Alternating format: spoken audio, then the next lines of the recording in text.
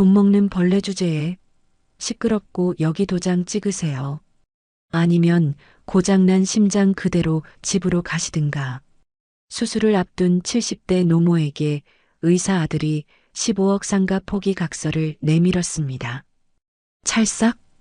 어머니가 그 각서를 찢어버리는 순간 아들은 며느리가 지켜보는 앞에서 어머니의 뺨을 세차게 후려쳤습니다.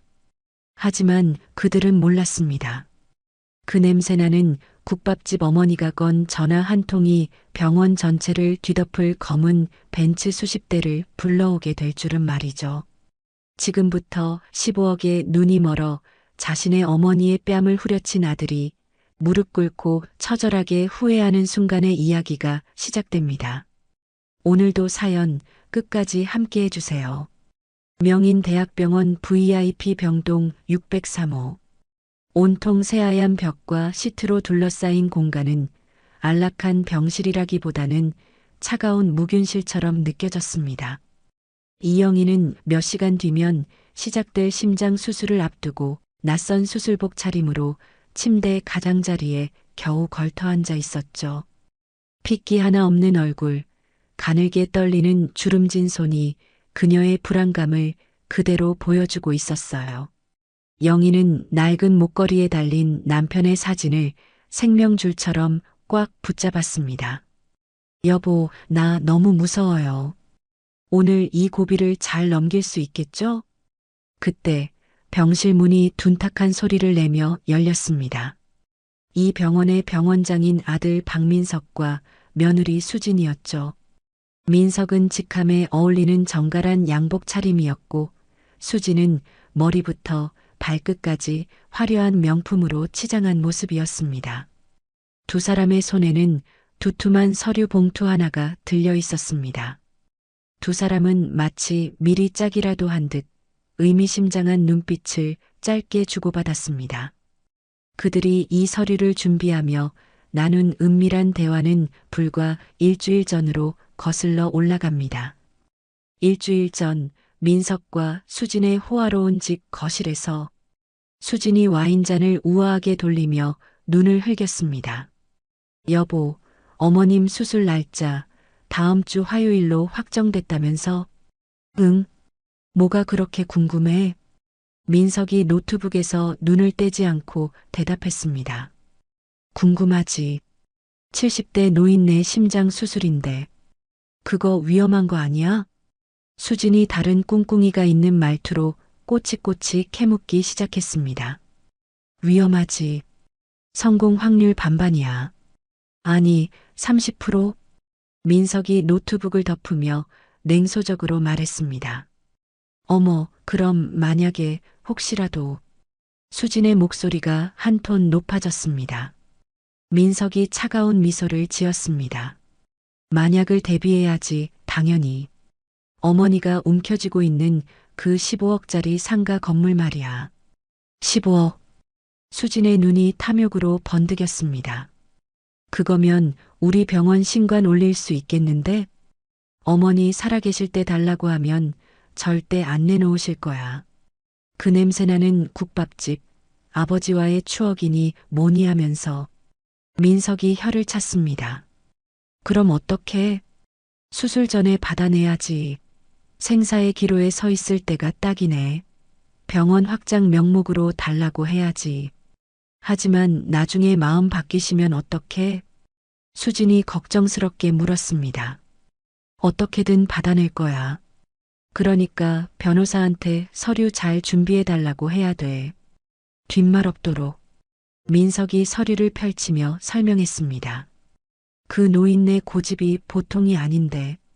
수진이 걱정스러운 척 묻자 민석의 눈이 뱀처럼 가늘어졌습니다. 그럼 수술 없는 거지. 김 교수가 내 손바닥 안에 있는 거 몰라? 이 병원에서 내 말 한마디면 수술방 문고리도 못 잡아. 15억이 걸렸는데 어머니가 다 뭐야? 수진은 만족스러운 미소를 지었습니다. 좋아. 역시 내 남편 야망 있어. 일주일 전에 그 음흉한 대화가 끝내고 두 사람은 지금 어머니 영희 앞에 섰습니다. 어머니, 컨디션은 좀 어떠세요? 많이 떨리시죠? 민석이 가식적인 걱정을 늘어놓으며 의자를 끌어당겼습니다. 반면 수지는 인사도 없이 방금 새로 한 비싼 매니큐어가 망가지진 않았나 살피며 벽에 기대섰죠. 어머니, 그런데 오늘 수술이 워낙 위험한 수술이다 보니 미리 정리해야 할 게 좀 있어서요. 민석이 탁자 위에 서류 봉투를 올렸습니다. 그 서류를 본 영희의 얼굴이 굳어졌습니다. 정리라니? 이 수술 전에 꼭 해야 할 말이냐? 병원 확장 계획 말씀드렸잖아요.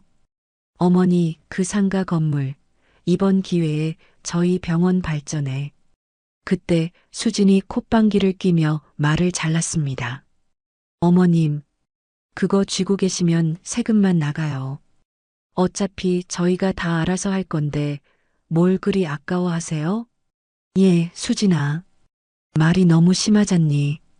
그리고 민서가 엄마 지금 너무 무서운데 꼭 지금이어야겠니? 영희가 떨리는 목소리로 애원했습니다. 어머니, 수술 중에 무슨 일이 생기면 절차가 복잡해져요. 그래서 지금 받아두려는 겁니다. 민석이 서류를 쫙 펼쳐 영희의 눈앞에 밀어붙였습니다. 영희의 떨리는 눈동자가 서류를 훑었습니다. 증여라는 말은 구석에 작게 박혀 있고 모든 권한을 며느리 김수진에게 양도하며 사후 처분권을 포함한다는 끔찍한 문구만 가득했죠. 이게 다 뭐냐? 영희의 목소리가 갈라졌습니다. 수진이 팔짱을 끼며 차갑게 웃었습니다. 어머님, 아직도 파악이 안 되세요? 솔직히 말씀드릴까요? 어머님, 그 수술 성공해도 몇 년이나 더 사실 것 같으세요? 너. 영희는 충격에 말을 잇지 못했습니다. 민석이 한술 더 떴습니다. 어머니, 제가 그 냄새나는 국밥집 때문에 학창 시절부터 얼마나 창피했는지 아세요? 아직도 병원장 아들이 국밥집 아들이라고 수군거려요. 내가 너를 그 국밥 팔아서 의사 만들었는데 영희의 눈에서 눈물이 터져 나왔습니다. 바로 그때 구원의 천사처럼 간호사가 들어왔습니다. 이영희 환자분 수술 준비 시간입니다. 들어가시죠. 영희가 간신히 일어나려 할 때 민석이 간호사를 막아섰습니다. 잠깐, 박 간호사. 아직 이야기가 안 끝나서 나가 계세요. 민석아, 수술 시간 다 되었다잖니. 영희가 절규했습니다. 민석이 지독한 미소를 지으며 어머니를 내려다봤습니다. 어머니, 제가 이 병원 주인입니다. 저기 수술방에서 칼 들고 기다리는 김 교수, 제 사인 없으면 손가락 하나 까딱 못해요. 아시겠어요? 도장 찍으세요. 아니면 그 고장난 심장 그대로 집으로 가시든가. 영희의 눈에서 뜨거운 눈물이 쏟아졌습니다. 생과 사의 갈림길에서 그녀는 자신이 평생을 바쳐 키운 아들의 손에 완벽히 붙잡혀 있었습니다. 아들의 끔찍한 협박에 영희의 떨리는 손이 서류를 향해 천천히 뻗어나갔습니다. 하지만 그 손은 펜을 잡지 않았죠. 분노와 절망으로 타오르는 눈. 영희는 결심한 듯 서류를 두 손으로 움켜쥐었습니다. 이런 더러운 종이 쪼가리. 쫙, 쫙. 날카로운 소리와 함께 아들의 탐욕이 담긴 서류가 하얀 종이 조각이 되어 병실 바닥으로 흩뿌려졌습니다. 어머니, 지금 뭐 하시는 거예요? 민석과 수진의 얼굴이 흉측하게 일그러졌죠. 민석이 소리치며 일어나는 순간 타이밍 좋게 다시 한번 노크 소리가 들렸습니다. 병원장님 죄송하지만 김 교수님께서 기다리시는데 이제 정말 수술 준비 시간이. 간호사가 조심스럽게 문을 열고 들어왔습니다. 하지만 며느리 수진의 반응이 더 빨랐습니다. 그녀가 잽싸게 일어나 간호사의 앞을 우아하게 그러나 단호하게 막아섰죠. 어머, 박 간호사님. 잠시만요. 수진이 정중하지만 서늘한 목소리로 말했습니다. 지금 어머님이랑 수술 전에 꼭, 아주 꼭 정리해야 할 중요한 가족 문제가 생겨서요. 1분만, 딱 1분만 밖에서 기다려 주시겠어요? 간호사는 바닥에 흩어진 종이 조각과 살벌한 분위기에 당황했습니다. 하지만 김 교수님 다음 수술 스케줄 때문에 수술 시간이 정말 1분이면 돼요. 병원장님 가족일이잖아요. 호호. 정말 급해서 그래요. 수진이 상냥하게 웃었지만 그 눈빛에는 병원장 사모의 거절할 수 없는 압력이 담겨 있었습니다. 네, 알겠습니다. 그럼 1분만. 간호사는 어쩔 수 없다는 듯 고개를 숙이고 조용히 문을 닫았습니다. 딸칵. 문이 잠기는 소리가 들리자 수진이 문 쪽을 한 번 더 확인하고는 민석에게 고개를 끄덕였습니다. 어머니, 정말 이렇게까지 하실 거예요? 민석이 분노로 붉어진 얼굴로 영희에게 성큼성큼 다가왔습니다. 정신 차리세요. 그 상가가 아들 앞길보다 중요하다는 거예요. 지금 민석의 목소리가 병실 전체를 울렸습니다. 민석아, 네가 어떻게... 영희가 말을 채 끝내기도 전 믿을 수 없는 일이 벌어졌습니다. 찰싹 공기를 찢는 파열음과 함께 민석의 두꺼운 손바닥이 영희의 뺨을 세차게 후려쳤습니다.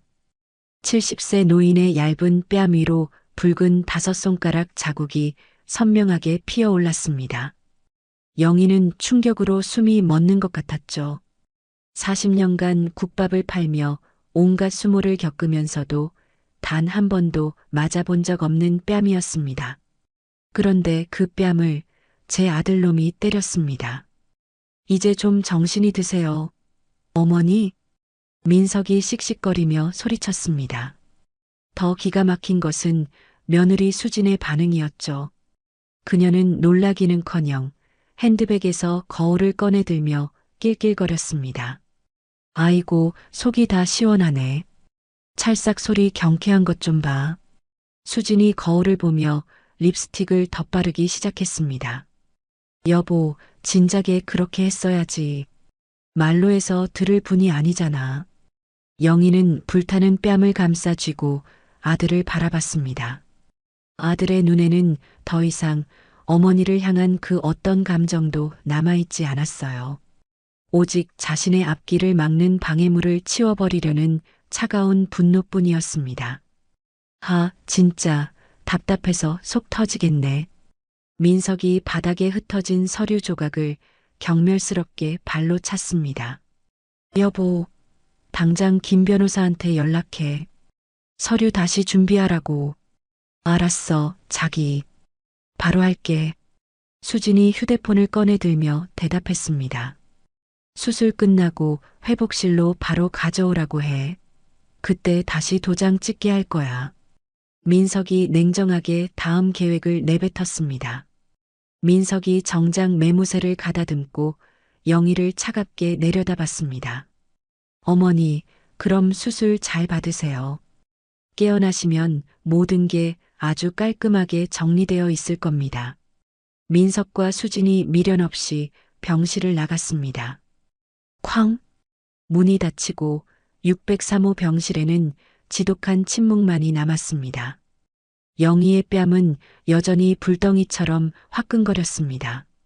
바닥에 흩어진 찢어진 서류 조각들은 마치 아들 손에 찢겨버린 자신의 심장 같았죠. 내가 뭘 그렇게 잘못했단 말이야. 주체할 수 없는 눈물이 쏟아졌습니다. 그때 영희의 머릿속에 무언가가 번개처럼 스쳤습니다. 5년 전 영희의 오라버니가 몰래 쥐어준 휴대폰이었죠. 영희가 덜덜 떨리는 손으로 가방에 손을 넣었습니다. 가방 깊숙한 곳, 천을 덧대어 숨겨둔 주머니에서 검은색 폴더폰이 나왔습니다. 5년간 한 번도 켜지 않았던 낡은 폰. 단축번호 1번에는 오라버니라는 단 하나의 이름만 저장되어 있었습니다. 정말 죽을 것 같으면 그때 전화해라. 오라비의 마지막 목소리가 귓가에 맴돌았습니다. 평생 누구에게도 의지하지 않겠다 다짐했는데, 하지만 아들에게 뺨까지 맞고 목숨을 담보로 협박당하는 이 순간 영희는 더 이상 버틸 힘이 없었습니다. 영희가 떨리는 손가락으로 단축번호 1번을 길게 눌렀습니다. 뚜루루루, 뚜루루루. 신호음이 몇 번 울리고 잠시 후 굵직하고 위험 있는 남성의 목소리가 들려왔습니다. 여보세요? 오, 오라버니. 영희의 목소리가 갈라져 나왔습니다. 동생? 내 동생 맞니? 전화 너머에서 오랜만에 듣는 동생의 목소리에 놀란 기색이 역력했습니다. 네, 저예요, 오라버니. 이게 도대체 몇 년 만이냐? 무슨 일 있는 거지? 오라비의 목소리에 걱정이 가득 묻어났습니다. 영희는 목이 메어 말을 잇지 못했습니다. 뺨에 남은 아들의 손자국이 다시금 타오르는 것 같았죠. 오라버니, 나 좀 살려줘요. 영희가 간신히 울음을 터뜨리며 말을 꺼냈습니다. 내 아들이, 내가 목숨 바쳐 키운 내 아들 민석이가. 수화기 너머로 잠시 무서운 침묵이 흘렀습니다. 그리고 곧 천둥이 치는 듯한 분노가 폭발했습니다. 너 지금 어디에 있어? 세상에서 유일하게 자신을 지켜줄 단 한 사람. 오라버니의 그 목소리에 영희는 안도감과 서름이 뒤섞인 눈물을 쏟아냈습니다. 어머니 영희의 절박한 전화가 40년 만에 혜성그룹을 향한 신호탄이 된 줄도 모르고 아들 박민석은 병원장실에 있었습니다. 그는 최고급 가죽 의자에 몸을 깊숙이 파묻은 채 방금 자신이 저지른 패륜적인 손찌검은 까맣게 잊은 듯했죠. 만족스러운 미소로 집으로 돌아간 아내 수진과 통화하며 승리를 만끽하고 있었습니다. 여보, 김 변호사한테는 연락했어? 응, 오늘 안에 서류 다시 준비해서 병원으로 가져다 준대. 그 늙은이가 서류야 찢어버렸지만 그게 무슨 상관이야? 어차피 수술 끝나고 마취 덜 깼을 때, 비몽사몽일 때 도장 받아내면 그만이지. 도장은 그 낡아 빠진 가방 안에 있을 거야. 맨날 거기 들고 다니거든. 수화기 너머로 수진의 교태 섞인 목소리가 들려왔습니다. 그럼 오늘 안에 그 15억이 우리 손에 딱 들어오는 거야? 당연하지. 15억. 이제 이 답답한 병원 확장하고 우리도 당장 강남 한복판 펜트하우스로 이사 가자고. 민석이 의자를 빙그르르 돌리며 창밖을 바라봤습니다. 수술이야 뭐 김 교수가 알아서 잘할 테고. 나는 그냥 마지막에 도장만 받아내면 돼. 그렇게 1시간쯤 흘렀을까요? 병원 밖에서 단순한 소음이 아닌 무언가 거대한 움직임이 느껴지는 웅성거림이 들려왔습니다. 처음엔 무시하려 했지만 그 소리는 점점 더 커졌죠. 뭐야? 앰뷸런스가 단체로 시위라도 하나? 왜 저렇게 시끄러워? 민석이 인상을 찌푸리며 창가로 다가갔습니다. 그리고 창밖을 내려다본 순간 민석의 얼굴이 새하얗게 질려버렸습니다. 이게 다 뭐야? 쿵. 통화 중이던 휴대폰이 그의 손에서 미끄러져 바닥에 떨어졌습니다. 병원 정문 광장부터 본관 입구까지 번쩍거리는 검은색 최고급 벤츠 세단들이 끝도 없이 줄지어 서 있었습니다. 좋기 20대는 넘어 보였어요. 미쳤어. 민석이 창문에 얼굴을 박다시피 하고 아래를 내려다봤습니다. 그 수많은 차에서 똑같이 검은 양복을 입은 건장한 남성들이 수십 명이 쏟아져 나오고 있었습니다. 그들은 마치 잘 훈련된 사람들처럼 일사불란하게 움직이며 병원 로비로 향했죠. 로비에 있던 환자들과 보호자들이 갑작스러운 상황에 비명을 지르며 당황했지만 검은 양복의 사내들이 나타나자 본능적으로 길을 비켜주었습니다. 죄송합니다. 잠시만 길 좀 열어주십시오. 정중하지만 위압적인 목소리에 사람들은 홍해가 갈라지듯 양쪽으로 물러섰습니다. 민석이 숨을 죽이고 지켜보는 가운데 가장 앞줄에 선 벤치에서 한 명의 노신사가 천천히 내렸습니다. 백발을 단정하게 넘긴 70대 후반의 남성. 웬만한 집 한 채 값은 되어 보이는 최고급 수제 양복을 입고 손에는 묵직한 지팡이를 들고 있었죠. 그가 차에서 내리자 주변의 모든 검은 양복들이 90도로 고개를 숙였습니다. 저 사람은 민석의 입이 떡 벌어졌습니다. 국내 재계 서열 5위 해성그룹의 총수 이태준 회장이었습니다. 경제 뉴스에서나 보던 그 얼굴이었죠. 왜 해성그룹 회장이 우리 병원에? 민석이 덜덜 떨며 중얼거리다가 문득 그의 머릿속을 스치는 끔찍한 착각이 있었습니다. 설마 우리 병원이랑 의료사업 제휴를 해성 자본이 들어온다고? 아니면 수술이라도 받으시려는 건가? 그것도 땡큐지. 마케팅에 도움이 되니까. 순식간에 공포는 탐욕으로 변했습니다. 그래, 이게 웬 떡이야. 15억이 아니라 1,500억짜리 기회일 수도 있어. 민석이 미친 사람처럼 가운을 여미고 병원장실을 뛰쳐나갔습니다. 이런 기회 절대 놓칠 수 없지. 엘리베이터를 기다릴 시간도 없었죠. 민석은 계단을 미친 듯이 뛰어내려가며 1층 로비에 도착했습니다. 그는 숨을 헐떡이며 젖먹던 힘까지 짜내 가장 위험 있고 온화한 미소를 지어 보였습니다. 회장님, 안녕하세요. 민석이 이태준 회장 앞으로 달려가 90도로 허리를 깊숙이 숙였습니다. 명인병원 병원장 박민석입니다. 어쩐 일로 여기까지, 혹시 어디가 불편하십니까? 민석의 아첨이 채 끝나기도 전이었습니다. 이태준은 민석을 쳐다보지도 않았습니다. 오히려 들고 있던 지팡이로 민석의 어깨를 퍽 소리가 나게 거칠게 밀쳐냈습니다. 아! 민석이 비명을 지르며 나동그라질 뻔했죠. 내 동생 영인이 어디 있어? 이태준의 목소리가 천둥처럼 로비 전체를 울렸습니다. 병원의 모든 환자와 직원들의 시선이 순식간에 집중됐습니다.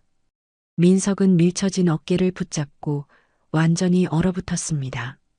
네, 동생분이 이 병원에 계십니까? 잠시만요. 박 부장, 환자 명단 중에 이영인 환자분 찾아봐. 병원 데스크에 있던 박 부장이 빠르게 환자 명단을 찾았지만 이영인이라는 환자 명단은 없었습니다. 병원장님, 죄송하지만 그런 이름의 환자분은 저희 병원에 안 계십니다. 박 부장이 어안이 벙벙해 중얼거렸습니다. 영인이, 내 하나뿐인 동생 이영인 말이다. 이태준이 분노로 지팡이를 바닥에 내리치며 고함을 질렀습니다. 그때 이태준의 곁에 그림자처럼 서 있던 40대 후반의 비서실장이 앞으로 나섰습니다. 그는 민석을 벌레 보듯 싸늘하게 쳐다보며 정확하게 말했습니다.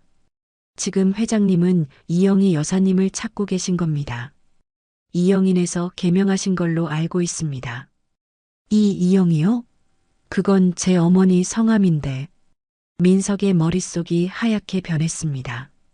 비서실장이 차가운 목소리로 확인 사살을 했습니다. 맞습니다. 해성그룹 이태준 회장님의 유일한 친동생이신 이영희 여사님 말입니다. 쿵. 민석은 마치 벼락을 정통으로 맞은 것처럼 그 자리에 얼어붙었습니다. 어머니가 해성그룹 회장 동생이라고? 이태준이 피눈물이라도 흘릴 듯 붉어진 눈으로 민석의 멱살이라도 잡을 듯 다가왔습니다. 40년 만에 내 동생한테서 전화가 왔어. 당장 올라가지. 로비의 모든 사람들이 이 충격적인 광경을 숨죽여 지켜봤습니다. 민석은 다리에 힘이 풀려 그 자리에서 그대로 주저앉을 것만 같았습니다. 충격적인 폭로가 로비의 채 가라앉기도 전에 이태준 회장은 이미 엘리베이터를 향해 움직이고 있었습니다. 그는 방금 주저앉을 뻔한 병원장 박민석 따위는 안중에도 없다는 듯 묵직한 지팡이를 짚으며 603호를 향해 성큼성큼 걸어갔습니다. 그 뒤를 수십 명의 검은 양복 수행원들이 따랐죠. 잠깐, 같이. 민석은 다리가 후들거렸지만 이 믿을 수 없는 상황을 확인하기 위해 비틀거리며 그 뒤를 쫓았습니다. 병원 복도의 간호사들과 의사들은 거대한 검은 행렬이 지나가자 홍해처럼 양쪽으로 갈라지며 길을 터주었습니다.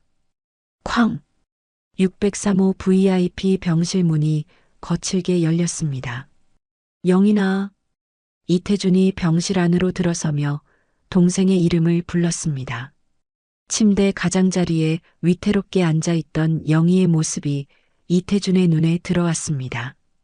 머리는 엉망으로 헝클어져 있었고 왼쪽 뺨은 시뻘겋게 부어올라 선명한 5손가락 자국이 찍혀 있었습니다. 오, 오라버니. 영희가 고개를 드는 순간 이태준의 얼굴이 고통과 분노로 일그러졌습니다. 40년 만에 만난 하나뿐인 동생의 모습이 너무도 참혹했죠. 영희나, 이 오라비가 너무 늦었다.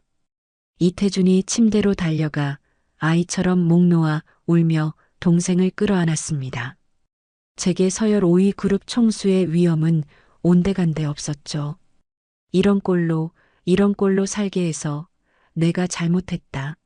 내가 다 잘못했다. 뒤늦게 병실로 헐레벌떡 뛰어들어온 민석은 이 기가 막힌 광경에 입을 다물지 못했습니다. 아니 도대체 이게 무슨 상황입니까? 사람 잘못 찾은 거 아니에요? 민석이 본능적으로 병원장으로서의 권위를 내세우려 소리쳤습니다. 그때 이태준이 천천히 몸을 일으켜 민석을 돌아봤습니다. 40년간 쌓인 분노와 슬픔이 그의 눈에서 불길처럼 타올랐습니다. 내 놈이. 이태준이 지팡이를 들어 민석을 가리켰습니다. 내 엄마가 널 얼마나 힘들게 키웠는데 감히 내 어미의 뺨에 이 손바닥 자국. 내 놈 짓이냐? 퍽! 이태준의 지팡이가 민석의 정강이를 인정사정 없이 내리쳤습니다. 아! 민석이 비명을 지르며 그 자리에 무릎을 꿇었습니다. 회장님, 이게 무슨 짓입니까? 제가 이 병원 원장입니다. 내 어미가 누군지도 모르고 살았더냐? 이태준이 경멸하는 눈빛으로 민석을 내려다봤습니다. 혜성그룹 이태준의 하나뿐인 핏줄. 이영인. 그게 바로 내 어머니다. 민석의 얼굴이 새하얗게 질렸습니다. 뇌가 작동을 멈춘 것 같았죠. 그럴 리가. 우리 엄마가 냄새나는 국밥집. 변호사에게 서류를 받고 병실로 달려온 수지는 이 상황을 보고도 도저히 믿기지 않았습니다. 자신이 평생 무시하고 구박했던 그 국밥집 시어머니가 대한민국 재계 5위 혜성그룹의 딸이라고? 지금 이거 꿈 아니지 여보? 무슨 드라마야? 수진이 어디서 본 것은 있어서 잊지도 않은 눈물을 짜내려 애쓰며 벽에 기댔습니다.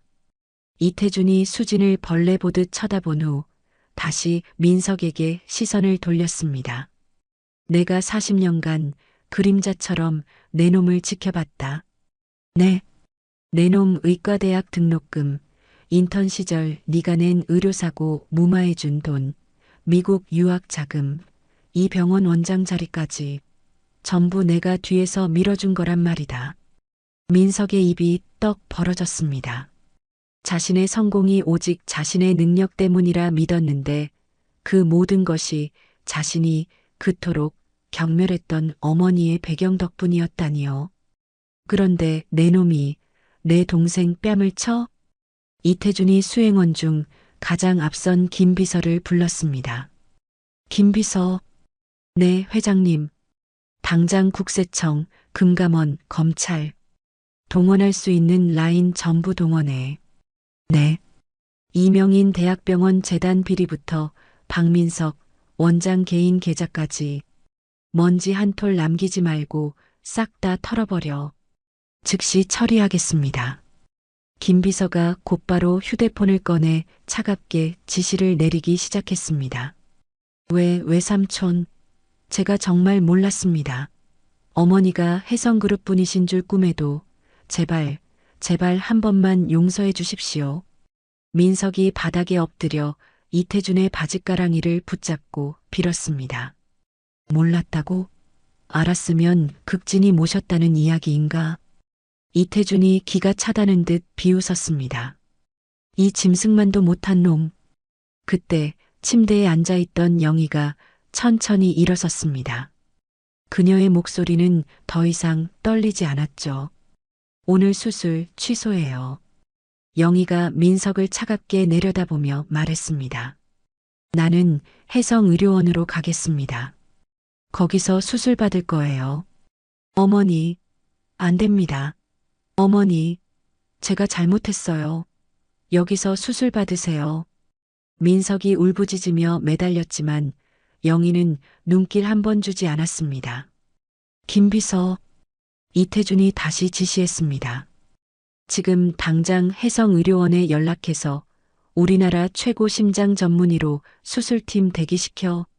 그리고 이 병원에 들어가는 우리 그룹 의료기기, 약품, 연구비 지원. 오늘부로 전부 중단시켜. 김 비서가 연달아 전화를 걸며 지시를 이행했습니다. 이태준이 동생 영희에게 다가가 어깨를 부축했습니다. 어느새 영희의 표정은 40년 전 혜성그룹의 고명딸다운 기품과 위엄을 되찾고 있었죠. 40년 동안 이런 고생만 시켜서 미안하다, 영희나. 이태준이 동생을 부축하며 말했습니다. 이제 집에 가자. 다시는 이런 놈들한테 당하고 살지 마. 영희가 마지막으로 바닥에 주저앉아 오열하는 민석을 돌아봤습니다. 하지만 그 눈빛의 모성에는 단 한 방울도 남아있지 않았습니다. 네가 내 뺨을 때린 그 순간 너는 더 이상 내 아들이 아니다. 영희는 그 차가운 말을 끝으로 이태준의 부축을 받으며 당당하게 병실 밖으로 나갔습니다. 어머니, 잘못했어요. 어머니. 민석은 바닥에 무릎 꿇은 채 텅 빈 병실에서 아연실색한 표정으로 울부짖을 뿐이었습니다.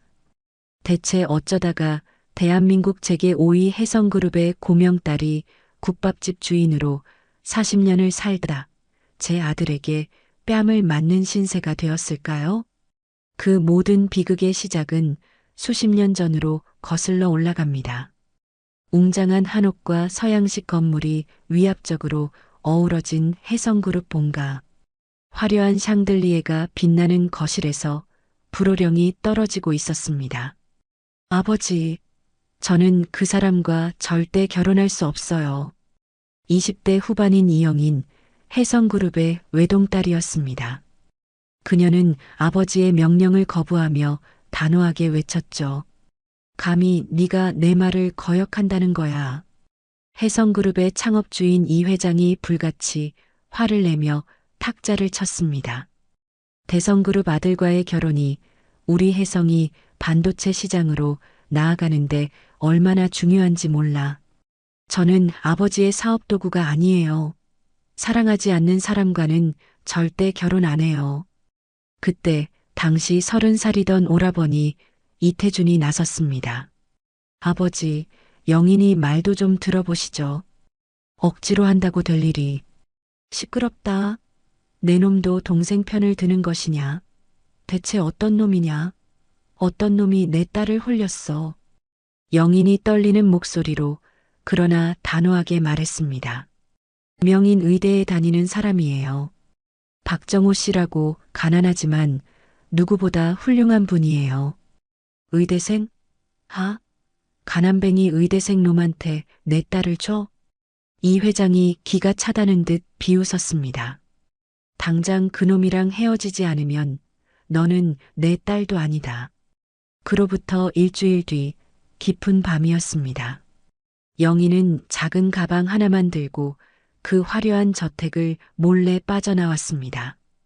대문 앞에는 낡은 옷차림이지만 따뜻한 눈빛을 가진 남자 박정호가 그녀를 기다리고 있었죠. 영희나, 정말 괜찮겠어? 이렇게 나오면 다시는 못 돌아가. 정호가 걱정스럽게 물었습니다. 당신만 있으면 돼요. 나 이제 이영인 아니고 이영희로 살 거예요. 내 이름도 혜성그룹도 다 버릴 거예요. 영희는 정호의 손을 꼭 잡았습니다. 두 사람은 그렇게 혜성그룹이라는 황금 세장을 뒤로하고 사랑을 택해 어둠 속으로 사라졌습니다.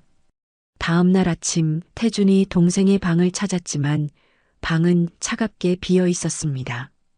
침대 위에는 편지 한 장만 덩그러니 놓여 있었죠. 오라버니 미안해요. 저는 아버지의 인형이 아니라 사람으로 살고 싶어요. 저를 찾지 마세요. 아버지께 죄송하다고 전해줘요. 이럴 수가. 태주는 한숨을 쉬었지만 곧 닥쳐올 아버지의 분노를 감당해야 했습니다. 영인이는 어디 갔어? 그놈이랑 도망쳤어? 이 회장의 분노가 집 전체를 울렸습니다.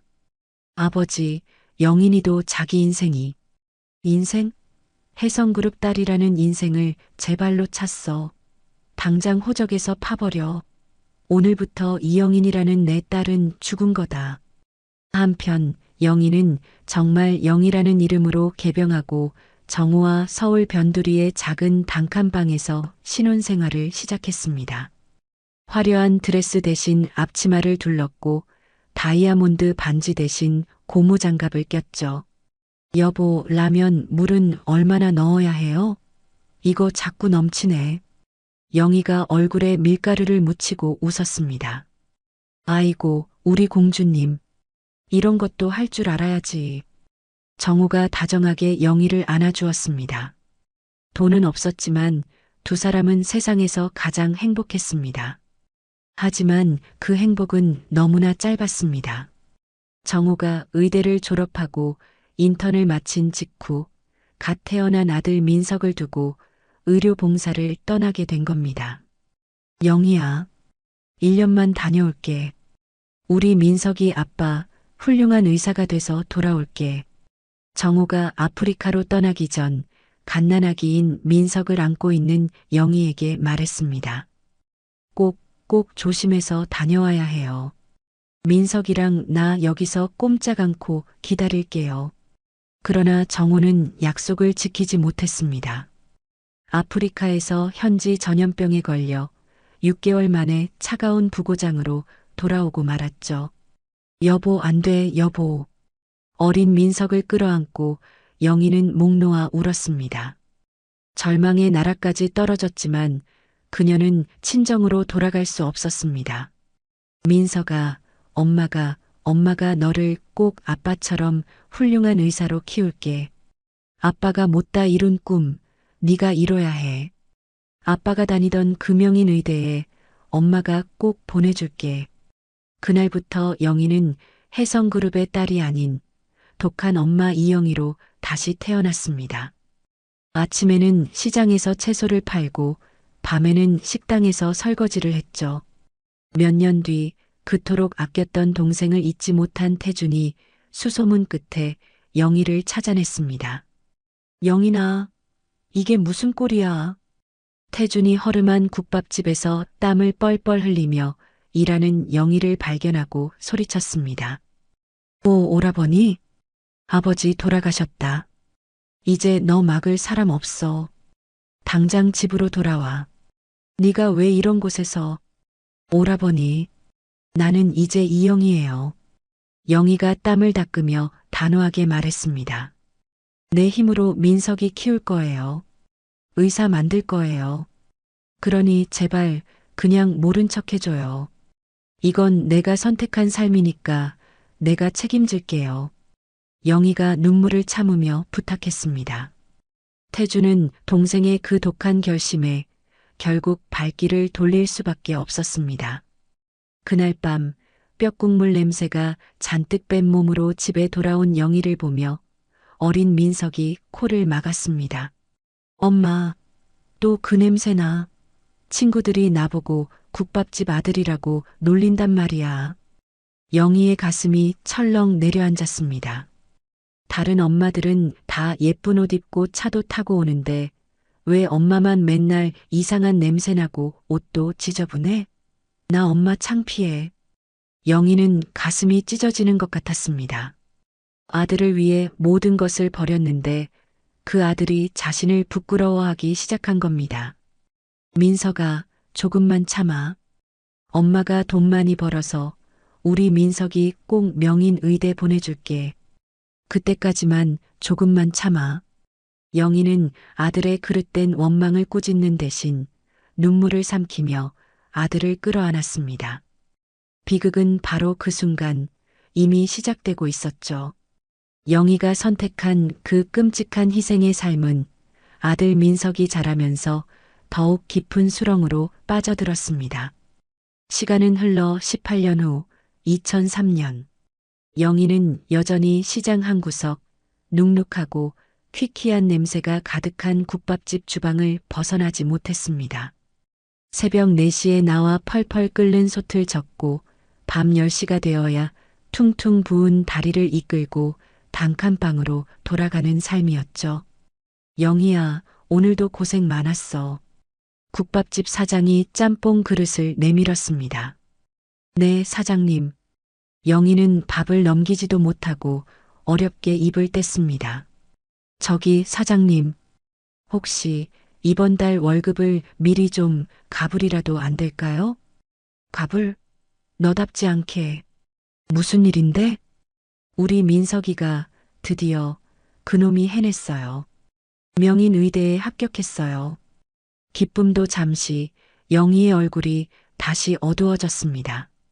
그런데 등록금이 2천만 원이나 부족해서요. 제발. 명인의대?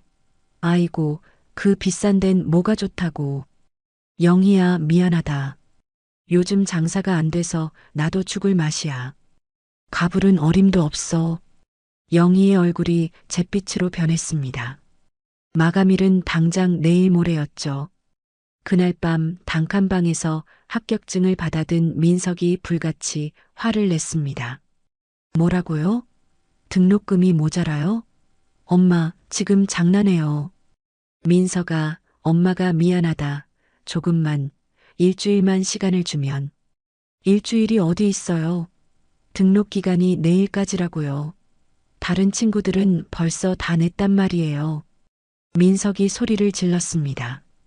엄마는 그 냄새나는 국밥집에서 18년 동안 일하고 대체 뭐 했어요? 고작 2천만 원도 못 구해서 내 앞길을 막아요? 민석이 가방을 내던지고 방으로 들어가 버렸습니다. 쾅! 영희는 그 자리에 주저앉아 눈물만 흘렸습니다. 내 신장이라도 팔아야 하나. 바로 그 시각 서울 강남의 해성그룹 본사 펜트하우스 회장실이었습니다. 이태준이 밤늦게 걸려온 비서의 전화를 받았습니다. 회장님, 방금 보고가 올라왔습니다. 조카 되시는 박민석 군이 명인의대에 합격했습니다만 이영애 여사님이 등록금을 마련하지 못하고 계십니다. 태준의 미간이 좁혀졌습니다. 그는 지금까지 동생을 찾아가진 않았지만 그림자처럼 사람을 붙여 모든 것을 지켜보고 있었습니다. 얼마나 모자라지? 2천만 원입니다.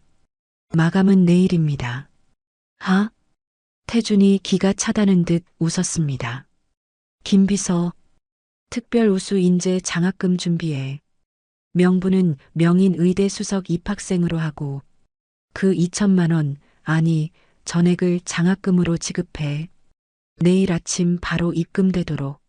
알겠습니다, 회장님. 그리고 절대 해성그룹이나 내 이름이 드러나서는 안 된다. 내 동생이 알게 해서는 안 돼.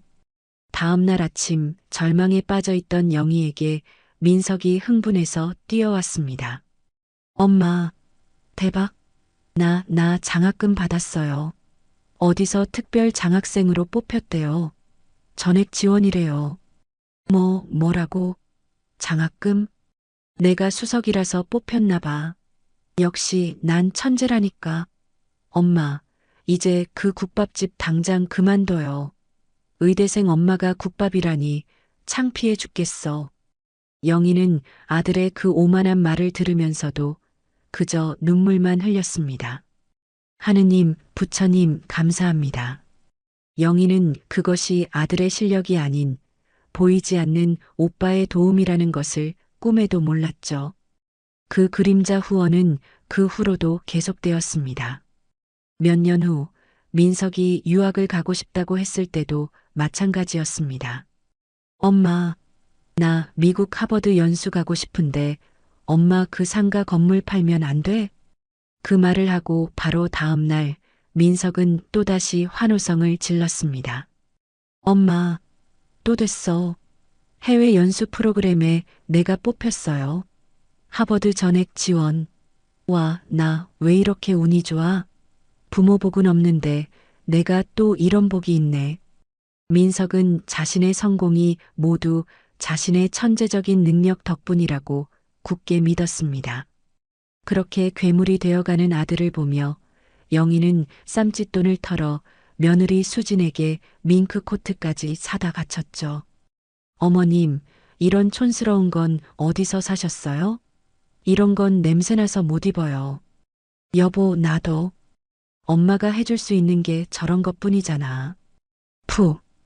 그 비웃음 소리를 문 밖에서 들으며 영희는 가슴이 찢어지는 눈물을 삼켰습니다. 여보, 내가 민석이를 잘못 키우고 있는 걸까요? 민석은 자신의 발밑을 받치고 있는 거대한 두 기둥, 즉 어머니의 피눈물 나는 희생과 자신의 외삼촌이 주는 비밀 후원을 단 한순간도 알지 못했습니다. 그렇게 영희는 모든 진실을 가슴에 묻은 채 아들이 언젠가 철이 들기만을 바라며 참고 또 참아왔습니다. 그 참을성이 아들을 재앙으로 만들고 있다는 것도 모른 채 말입니다. 시간은 흘러 5년 전인 2020년 가을이 되었습니다. 영희의 칠순 잔칫날. 하지만 장소는 궁궐 같던 친정이 아닌 퀴퀴한 냄새가 나는 낡은 원룸이었죠. 시장 상인 몇 명이 가져온 잡채와 떡이 전부인 초라하기 짝이 없는 생일상. 그마저도 민석과 수지는 1분이 아깝다는 표정이었습니다. 어머니, 칠순 축하드려요. 저희 병원 일 때문에 바빠서 밥만 얼른 먹고 가볼게요. 민석이 시계를 힐끗거리며 말했습니다. 어머님, 촛불은 그냥 끄시죠? 케이크 크림 묻으면 제 명품 원피스 버려요. 호호. 올해는 사셔야죠. 수진이 코를 찡긋하며 억지 웃음을 지었습니다. 영희는 그저 쓸쓸하게 웃으며 고개를 끄덕일 뿐이었죠. 모두가 썰물처럼 빠져나가고 영희가 혼자 텅 빈 방에서 그릇을 닦고 있을 때였습니다. 똑똑. 조심스러운 노크 소리에 문을 열자 낯선 검은 정장의 중년 남성이 서 있었습니다. 이영희 여사님이십니까? 해성떡집에서 칠순 기념 송편 배달 왔습니다. 해성떡집이요? 저는 주문한 적이 없는데 회장님께서 동생분의 칠순이라 꼭 전해드리라고 하셨습니다. 영희의 심장이 쿵 하고 내려앉았습니다. 떨리는 손으로 상자를 열어보니 최고급 송편과 함께 폴더폰 하나와 쪽지가 들어 있었습니다. 영희가 떨리는 손으로 쪽지를 펼쳤습니다. 40년 만에 보는 오빠 이태준의 필체였죠. 영희나 칠순 축하한다. 네가 선택한 그 고집스러운 삶, 오빠는 존중한다. 하지만 정말 견딜 수 없을 때, 특히 네가 목숨 바쳐 키운 자식이 너를 잡아먹으려 들면 그때는 이 오라비를 찾아라. 태준, 오라버니. 영희의 눈에서 뜨거운 눈물이 쏟아졌습니다. 40년간 자신을 잊은 줄 알았던 오빠가 자신을 지켜보고 있었던 겁니다. 폰을 켜보니 단축번호 1번의 오라버니 단 하나의 번호만 저장되어 있었습니다. 아니야, 그래도 이걸 쓸 일은 절대 없을 거야. 영희가 눈물을 닦으며 중얼거렸습니다. 우리 민석이는 착한 아이야. 지금은 성공에 취해 잠시 저럴 뿐이지. 내 아들은 효자니까. 영희는 그 폰을 마치 열어서는 안 될 비밀처럼 장롱 가장 깊숙한 곳 낡은 이불 밑에 감춰두었습니다. 하지만 그로부터 3년 후 민석이 명인병원 부원장으로 승진하자마자 괴물의 본색이 드러나기 시작했습니다. 어머니, 병원 증축해야 하는데 은행 대출 담보가 필요해요. 어머니가 갖고 계신 그 15억짜리 상가 건물 공동 담보로 좀 넣어야겠습니다. 달라는 건 아니고요. 네, 내 건물을 담보로. 영희의 가슴이 철렁 내려앉았습니다. 걱정 마세요. 그냥 서류상으로 이름만 올리는 거예요. 병원장 아들이 설마 어머니 재산 떼먹겠어요? 민석은 그렇게 말하고 돌아갔지만 영희는 난생 처음 아들에게서 위기감을 느꼈습니다. 그날 밤 영희는 처음으로 장롱을 열고 그 낡은 폰을 꺼내 들었습니다. 자식이 너를 잡아먹으려 들면. 오빠의 목소리가 귓가에 맴돌았죠. 정말 전화를 해야 할까? 영희의 손가락이 1번 버튼 위에서 망설였습니다. 바로 그 시각 민석과 수진의 호화로운 거실. 젠장, 어머니가 망설이시는 것 같아. 당장 도장 찍어주실 줄 알았는데. 민석이 와인잔을 신경질적으로 내려놓으며 말했습니다. 뭐라고? 그냥 담보 서주는 것도 망설여. 그 낡아빠진 건물이 아들 성공보다 중요하다는 거야. 지금 수진이 어이없다는 듯이 말했습니다. 이대로는 안 되겠어.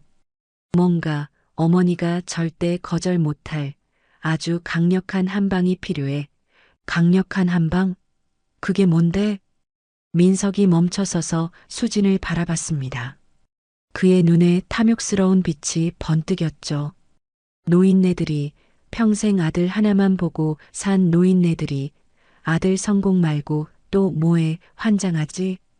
수진의 눈이 교활하게 빛났습니다. 어머, 설마. 그래. 손주. 미쳤어? 나 지금 임신할 생각 추호도 없는 거 알잖아. 내 몸매 망가지는 거 못 봐. 수진이 기겁하며 소리쳤습니다. 민석이 뱀처럼 웃었습니다. 누가 진짜로 나으래? 임신했다고 말만 하라는 거지. 거짓말로? 그래. 어머니. 수진이가 어머니 손주를 가졌어요. 이 병원 다 어머니 손주한테 물려줄 겁니다. 이렇게 말하는데 어느 노인네가 감히 거절하겠어? 민석이 완벽한 계획이라는 듯 웃었습니다. 그래도 나중에 배 안 불러오면 어떡해? 수진이 걱정스럽게 물었습니다. 멍청하긴. 유산됐어요. 어머니 스트레스 때문에. 하고 탓하면 그만이지.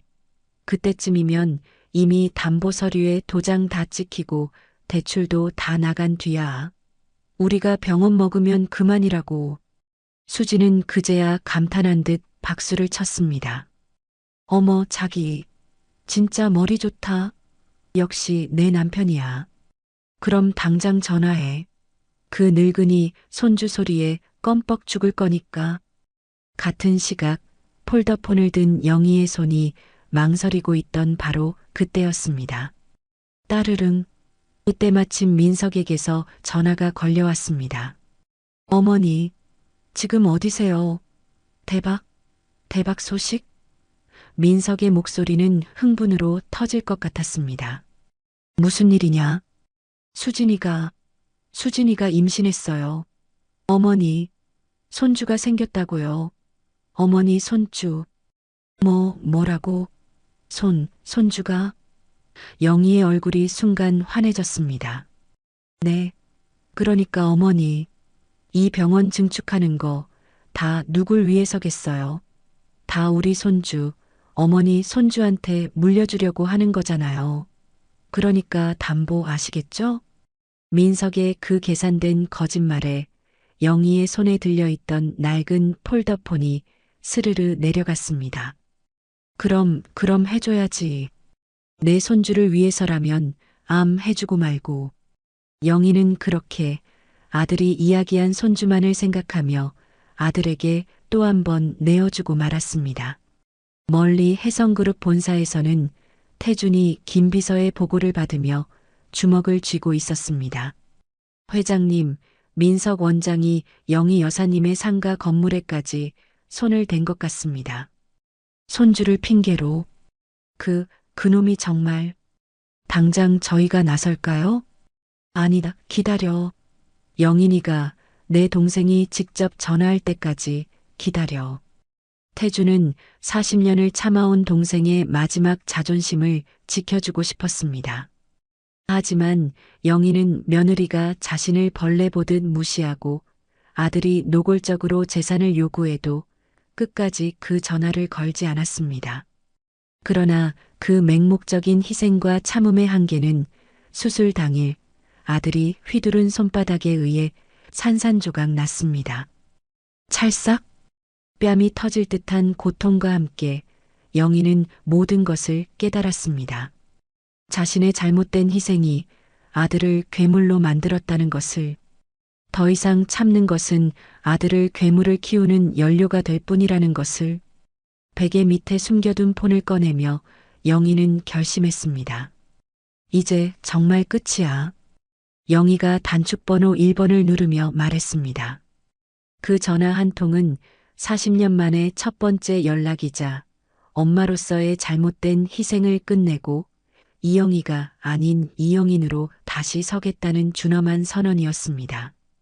오라버니, 나 좀 살려줘요. 어머니 영희가 오빠 이태준의 품에 안겨 해성의료원으로 옮겨진 지 3일 후 명인대학병원은 그야말로 아수라장이 되었습니다. 아침 이른 시간부터 국세청과 검찰 수사관들이 병원 전체를 뒤집어 놓았죠. 여기 회계장부 전부 박스에 담으세요. 병원장실 금고 당장 엽니다. 서버실 컴퓨터 하드 전부 압수합니다. 수사관들의 날카로운 목소리와 서류 상자가 부딪히는 소리가 복도를 가득 메웠습니다. 민석은 병원장실 한 구석, 소파에 웅크린 채 이 모든 광경을 넋나간 사람처럼 지켜보고 있었습니다. 사흘 밤낮 잠 한숨 못 잔 얼굴은 초췌하기 그지없었죠. 박민석 원장, 국세청 조사관이 장부 하나를 민석의 얼굴 앞에 집어 던지듯 내밀었습니다. 이게 뭡니까? 이 리베이트 수수 내역. 그건 제가 직접 받은 것이 아니라 제약회사 2억, 의료기기 5억. 이 돈들이 왜 전부 원장님 개인 계좌로 들어왔습니까? 조사관의 날카로운 질문에 민석은 입술만 달싹거렸습니다. 병원 운영을 위한 병원 운영 자금 계좌가 버젓이 있는데 왜 개인 계좌로 꿀꺽하셨냐고요. 바로 그때 컴퓨터를 뒤지던 다른 수사관이 소리쳤습니다. 찾았습니다. FDA 승인도 안 난 불법 실험용 약물, 환자들한테 마구잡이로 사용한 기록. 여기 교수 채용 비리, 돈 받고 문제낸 정황도 있습니다. 세상에 대리수술 의혹도 한두 건이 아니네요. 민석의 얼굴이 새하얗게 질려갈 때쯤 가장 치명적인 증거가 터져 나왔습니다. 원장님, 병원 증축 자금 30억 원이 전혀 엉뚱한 곳으로 빠져나갔는데요. 민석이 식은땀을 비오듯 흘렸습니다. 수진푸드라는 회사에 25억 원이 투자금 명목으로 흘러갔네요. 이거 박민석 원장님 부인 김수진 씨 친정사업체 맞죠? 그건 병원 돈을 빼돌려서 망해가는 처갓집 빚 갚는 데 쓴 겁니까? 드디어 민석이 그토록 어머니의 15억 상가 건물에 집착했던 이유가 드러나는 순간이었습니다. 병원 확장은 핑계였고 사실은 아내 수진의 친정 사업 실패로 생긴 막대한 빚을 메우기 위함이었던 거죠. 같은 시각 민석은 손이 발이 되도록 빌기 위해 휴대폰을 붙잡고 있었습니다.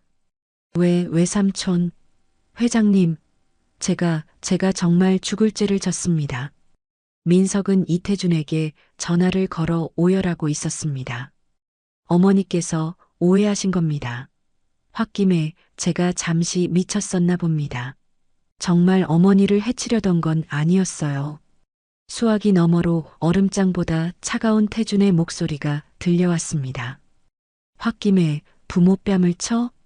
홧김에 목숨 담보로 재산을 빼앗으려 들어? 외삼촌, 제발 한 번만 혜성그룹의 조카 아닙니까? 한 번만 용서해 주십시오. 박민석 씨, 태준의 호칭이 조카에서 박민석 씨로 바뀌었습니다. 내 동생 영인이는 이미 당신을 아들로 버렸소. 나 역시 당신 같은 조카 둔 적 없소. 외삼촌, 제발 다시는 이 번호로 전화하지 마시오. 딸칵 전화가 끊어졌습니다. 그 시각 수진의 친정 수진푸드 역시 쑥대밭이 되었습니다. 대표님, 큰일 났습니다. 혜성그룹에서 모든 거래를 중단한다고. 뭐라고? 그리고 국세청에서 특별 세무조사 나온답니다. 아이고, 이게 다 그 박서방 놈 때문이야. 수진은 이 소식을 듣자마자 히스테리를 부리며 민석에게 전화를 걸었습니다. 여보, 우리 집 망했어. 우리 아빠 회사 망했다고. 수진아, 진정하고. 진정하게 생겼어? 혜성그룹이 거래 끊고 세무조사까지 들어온다고. 이게 다 당신이 그 늙은이 뺨 한 대 잘못 때려서 그런 거 아냐? 수진이 악을 썼습니다. 나도 지금 미쳐버리겠다고. 내가 어떻게든 해볼 테니까 좀 조용히 좀 하고 있어. 어떻게 하긴 뭘 어떻게 해. 당신 지금 자기 코가 석자면서 나 이혼할 거야. 당신 같은 폐류나 빚쟁이랑은 단 하루도 못 살아. 야, 니네 집 빚 갚으려고 그런 거잖아. 이혼 서류 준비해놔.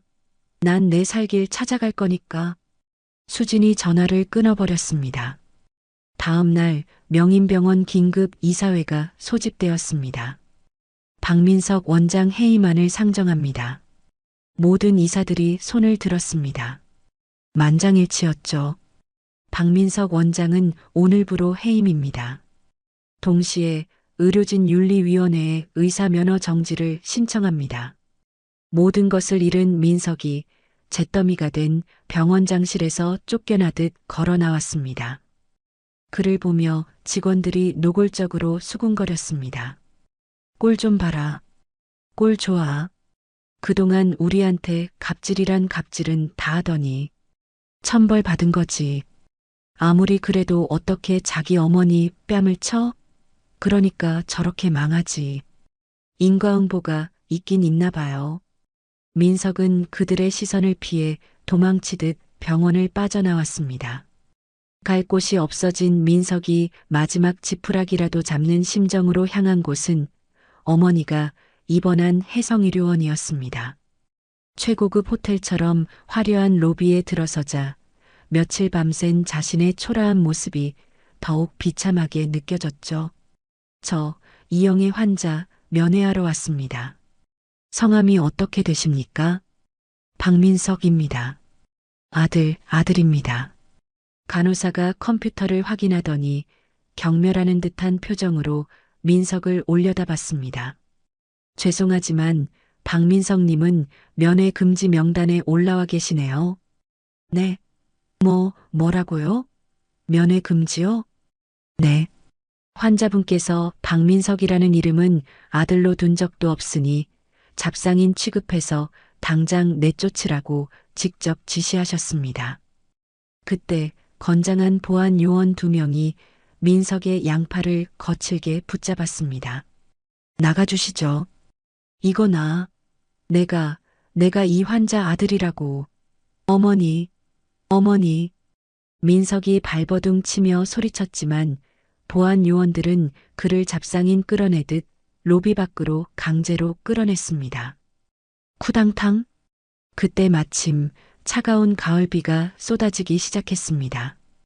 병원 입구에 내동댕이 쳐진 민석은 쏟아지는 빗속에서 멍하니 서 있었습니다. 차가운 빗물이 온몸을 적셨습니다. 내가 뭘 한 거지? 그제야 모든 것이 보였습니다. 자신이 그토록 자랑스러워했던 명인 의대 입학, 해성재단 장학금, 하버드 유학, 연수 프로그램, 자신이 운이 좋고 능력 있는 놈이라 누렸다고 생각했던 모든 것이 사실은 어머니의 피눈물과 그 어머니를 지켜보던 외삼촌의 거대한 후원이었다는 것을, 자신은 그 두 개의 기둥을 제 손으로 박살 내버린 겁니다. 엄마, 어머니. 민석은 빗물이 흥건한 바닥에 무릎을 꿇고 주저앉았습니다. 화려했던 병원장 박민석은 죽었습니다. 아무도 그를 동정하지 않았고 아무도 그에게 손을 내밀지 않았습니다. 모든 것을 잃고 나서야 어머니는 자신의 목숨 줄과도 같다는 것을 깨달았습니다. 아들 민석이 빗속에서 처참하게 무너져 내리던 바로 그 시각, 해성의료원 최고층 VIP 병실은 그와는 정반대로 따뜻한 가을 햇살로 가득 차 있었습니다. 영희는 대한민국 최고의 의료진에 의해 성공적으로 심장 이식 수술을 마치고 놀라운 속도로 회복 중이었죠. 오빠 태준이 매일같이 보내오는 최고급 꽃다발이 병실을 향기롭게 채우고 있었습니다.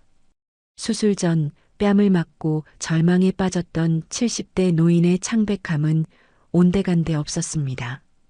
영희의 얼굴에는 건강한 혈색이 돌아왔고 그 눈빛에는 40년간 잊고 살았던 해성그룹 이영인의 기품과 평온함이 되살아나고 있었어요. 여사님, 주치의 선생님께서 내일 퇴원 가능하다고 하십니다. 해성가 본가에 준비 다 해놓으라고 연락드릴까요?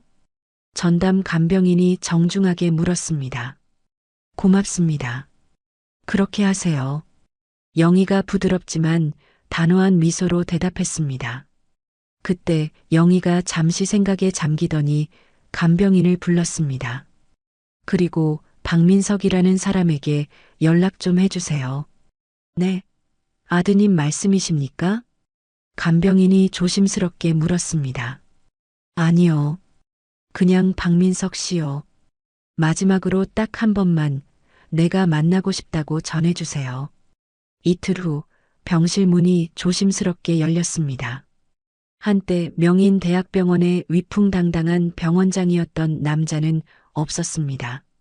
문을 열고 들어온 것은 며칠은 굶은 듯 비틀거리는 초라한 행색의 중년 남자였죠. 비싼 명품 정장 대신 낡고 구겨진 옷차림, 관리받던 피부 대신 덥수룩하게 자란 수염, 절망과 공포로 퀭해진 눈, 모든 것을 잃은 패배자의 모습이었습니다. 어머니. 민석이 떨리는 목소리로 저승사자를 만난 사람처럼 그녀를 불렀습니다. 영희는 침대에 반쯤 기대앉아 그저 덤덤하게 그를 바라보고 있었습니다. 그 표정에는 분노도 원망도 심지어 슬픔도 보이지 않았죠. 털썩? 민석은 그 차분한 시선을 견디지 못하고 침대 곁으로 기어오다시피 해 그대로 무릎을 꿇었습니다.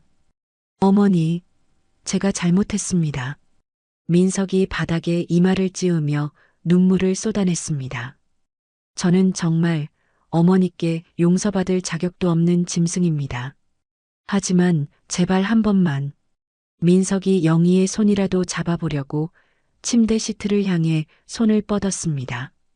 영희는 그 더러운 손을 벌레라도 피하듯 조용히 거두었습니다. 민석아. 영희가 40년 만에 처음으로 낯선 사람을 부르듯 아들의 이름을 불렀습니다. 나는 너를 의사로 만들려고 내 인생 전부를 바쳤다. 그 목소리에는 어떠한 감정의 동요도 없었습니다. 40년 동안 새벽 4시에 일어나서 밤 10시까지 뜨거운 뼈국물 앞에서 내 청춘을 다 태웠어. 손이 부르트고 허리가 끊어져도 내 아버지만큼 훌륭한 의사 하나 만들겠다는 그 생각 하나로 버텼다. 민석은 고개조차 들지 못하고 바닥만 긁으며 울었습니다. 그런데 너는 결국 내 아버지 같은 의사가 되지 못했구나. 영희가 조용히 말을 이었습니다. 아니, 너는 인간조차 되지 못했어. 어머니, 제발 어머니. 네가 그날 내 뺨을 때린 건 내 얼굴이 아니야. 영희의 차가운 목소리가 민석의 심장을 찔렀습니다. 네가 정말로 죽인 건 내 아들이라 믿었던 박민석이라는 놈의 마지막 양심이다. 영희가 침대 옆 서랍을 열어 작은 비닐 봉투 하나를 꺼내 민석의 앞에 던졌습니다. 이거 도로 가져가라. 민석이 떨리는 손으로 봉투를 열었습니다. 그 안에는 색이 바래고 귀퉁이가 다 달아빠진 작은 카드 한 장이 들어 있었습니다. 삐뚤빼뚤한 크레파스 글씨. 엄마 사랑해요. 세상에서 제일 예쁜 우리 엄마. 민석이가. 아. 민석은 그 카드를 보는 순간 짐승처럼 울부짖었습니다. 자신이 초등학교 1학년 어버이날에 만들어드렸던 카드였습니다. 내가 40년간 사랑하고 내 목숨을 바쳤던 아들은 바로 이 카드를 쓴 아이였다. 영희가 싸늘하게 카드를 가리켰습니다. 그런데 지금 내 앞에 무릎 꿇고 있는 너는 대체 누구냐? 나는 너 같은 놈 모른다. 어머니, 아니에요. 제가 그 민석이에요. 어머니, 저는 여전히 어머니를 사랑해요. 제가 잠시 미쳤었어요. 제발. 민석이 절규하며 매달렸습니다. 아니, 영희가 단호하게 고개를 저었습니다. 그 아이는 이미 죽었어. 네가 내 어미뺨에 손을 대던 그 순간 내 손으로 직접 죽인 거야. 영희가 침대 옆에 휠체어로 몸을 옮겨 앉았습니다. 민석아, 이제 다시는 나를 찾아오지 마라. 어머니, 안 돼요. 어머니, 네가 탐내던 그 15억 상가 건물 이미 사회에 환원했다. 너에게 줄 재산 따위 단 10원도 없어. 지원도 없을 거다. 영희가 차갑게 선언했습니다. 내 힘으로 밥벌이에서 살아가. 어머니, 그러지 마세요. 저는 어머니 없이는 못 살아요. 외삼촌도 다 저를 버렸단 말이에요. 민석이 휠체어 바퀴를 붙잡고 울부짖었습니다. 나는 영희가 자신을 붙잡은 민석의 손을 거칠게 떼어냈습니다. 나는 네가 없어도 아주 잘 살 거다. 40년 만에 아주 편하게. 영희가 마지막 말을 내뱉었습니다. 쾅! 병실 문이 닫혔습니다. 문 너머로 민석의 처절한 울부짖음이 복도까지 새어나왔습니다. 어머니, 잘못했어요. 어머니. 하지만 영희의 표정은 이상할 정도로 평온했습니다. 슬픔이 아니라 마치 40년간 자신을 짓눌러 왔던 무거운 족쇄를 풀어낸 듯한 깊은 해방감이 느껴졌죠. 여사님, 괜찮으십니까? 복도를 지나던 간호사가 걱정스럽게 물었습니다. 영희가 창밖을 바라보며 40년 만에 가장 환한 미소를 지었습니다. 네, 괜찮습니다. 이제 정말 괜찮아요. 병실 안에서는 여전히 짐승 같은 울음소리가 들려왔지만 영희는 단 한 번도 뒤돌아보지 않고 새로운 삶을 향해 천천히 휠체어를 밀고 나아갔습니다. 아들 민석을 냉정하게 버리고 40년의 굴레를 끊어낸 지 1년 후 2025년의 봄이었습니다. 해성의료재단 이사장실은 그 어느 때보다 활기찬 기운으로 가득 차 있었죠. 이영이라는 40년 묵은 이름을 버리고 본명 이영인을 되찾은 그녀는 완전히 다른 사람이 되어 있었습니다. 과거 40년간 그녀를 짓눌렀던 뼈국물 냄새와 고생의 흔적은 온데간데 없었습니다. 화려한 명품 대신 단정하고 기품 있는 네이비 정장을 입은 그녀에게서는 해성그룹 가문의 우아함과 자신감이 흘러나왔어요. 현재 무료 진료소 운영 현황은 어떻습니까? 영인이 부드럽지만 회의를 압도하는 확고한 목소리로 물었습니다. 네, 이사장님. 지난달에만 500여 명의 환자분들이 무료 진료를 받으셨습니다. 대부분 경제적 어려움으로 병원 문턱도 못 넘던 분들이셨어요. 직원의 보고에 영인이 고개를 끄덕였습니다. 아주 좋습니다. 내달부터는 예산을 증액해서 진료소를 두 곳 더 늘려서 운영하도록 하세요. 영인이 망설임 없이 지시했습니다. 그리고 제가 직접 현장에 나가서 환자들을 만나보겠습니다. 네, 이사장님께서 직접요? 직원들이 놀라자 영인이 40년 만에 되찾은 따뜻하고 여유로운 미소를 지었습니다. 네, 저도 과거에 그런 처지였거든요. 돈이 없어서 아픈 것보다 아파도 병원에 갈 수 없다는 절망감. 그분들의 마음 제가 누구보다 잘 알고 있습니다. 오후가 되어 영희는 오빠 태준과 함께 부모님의 산소를 찾았습니다.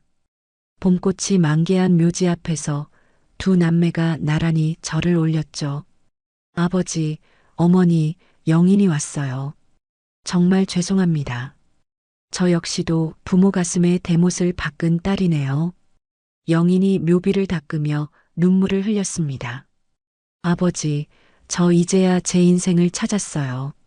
40년 동안 이영이라는 이름 뒤에 숨어 도망치듯 살았는데 이제는 아버지가 지어주신 이름 이영인이라는 제 이름으로 살아가고 있습니다.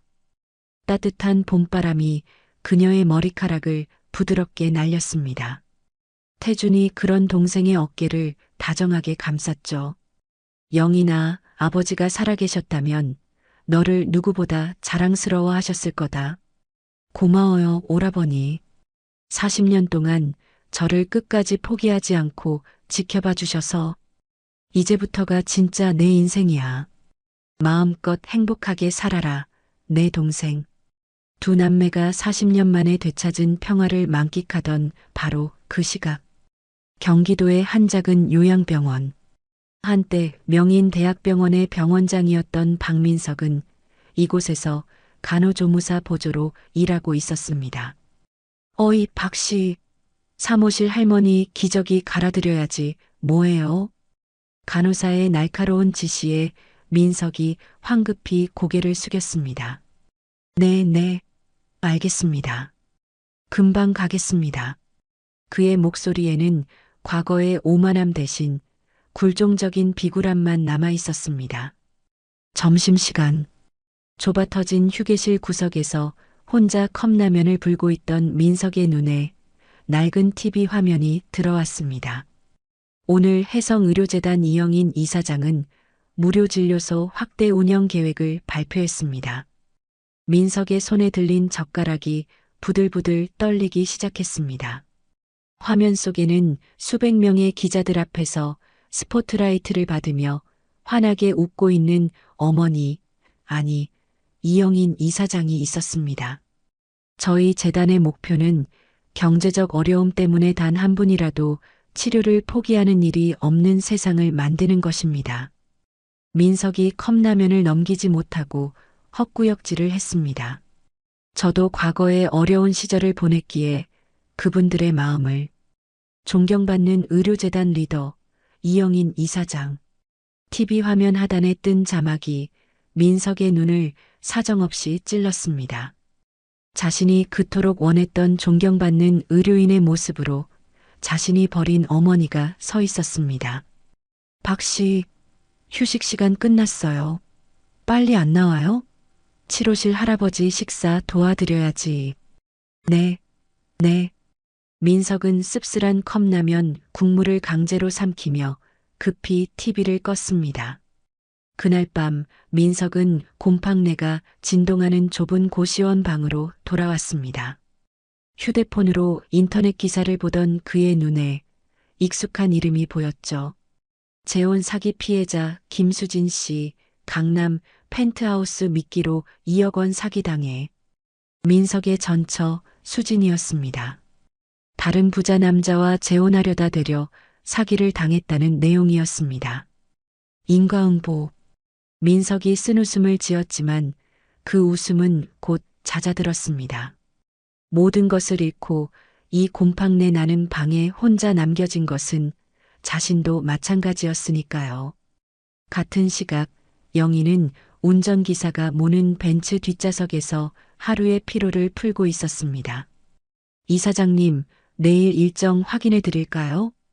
비서의 물음에 영인이 창밖을 바라봤습니다. 내일이 무료진료소 현장 방문이죠? 네, 맞습니다. 10시입니다. 환자분들 한 분 한 분 정성껏 돌봐드리도록 하세요. 그분들이 바로 과거의 저니까요. 영인이 따뜻하게 말했습니다. 차창 밖으로는 벚꽃이 눈송이처럼 흐드러지게 피어 있었습니다. 바람에 날린 꽃잎들이 차창을 스쳐 지나갔죠. 참 아름답네요. 영인이 벚꽃을 보며 혼잣말을 했습니다. 내 인생의 봄날은 칠순이 넘어서야 겨우 찾아왔구나. 그녀의 마음에는 더 이상 자신을 배신한 아들의 소식을 궁금해하는 미련 따위는 단 한 조각도 남아있지 않았습니다. 대신 그녀의 곁에는 그녀를 진심으로 존경하고 따르는 수많은 환자들과 직원들이 가득했습니다. 71세에 시작된 이영인의 진짜 인생은 이제 막 찬란하게 꽃피우기 시작했습니다. 오늘 이야기 어떠셨나요? 혹시 끝까지 함께 해주신 분이 계시다면 잘 들었다고 댓글 하나만 남겨주세요. 여러분에게도 따뜻하고 빛나는 날들이 찾아올 거예요. 구독과 좋아요는 다음 이야기를 이어가는 큰 힘이 됩니다. 지금까지 오늘도 사연이었습니다. 더 깊고 따뜻한 이야기로 다시 찾아뵐게요. 편안한 하루 보내세요. 감사합니다.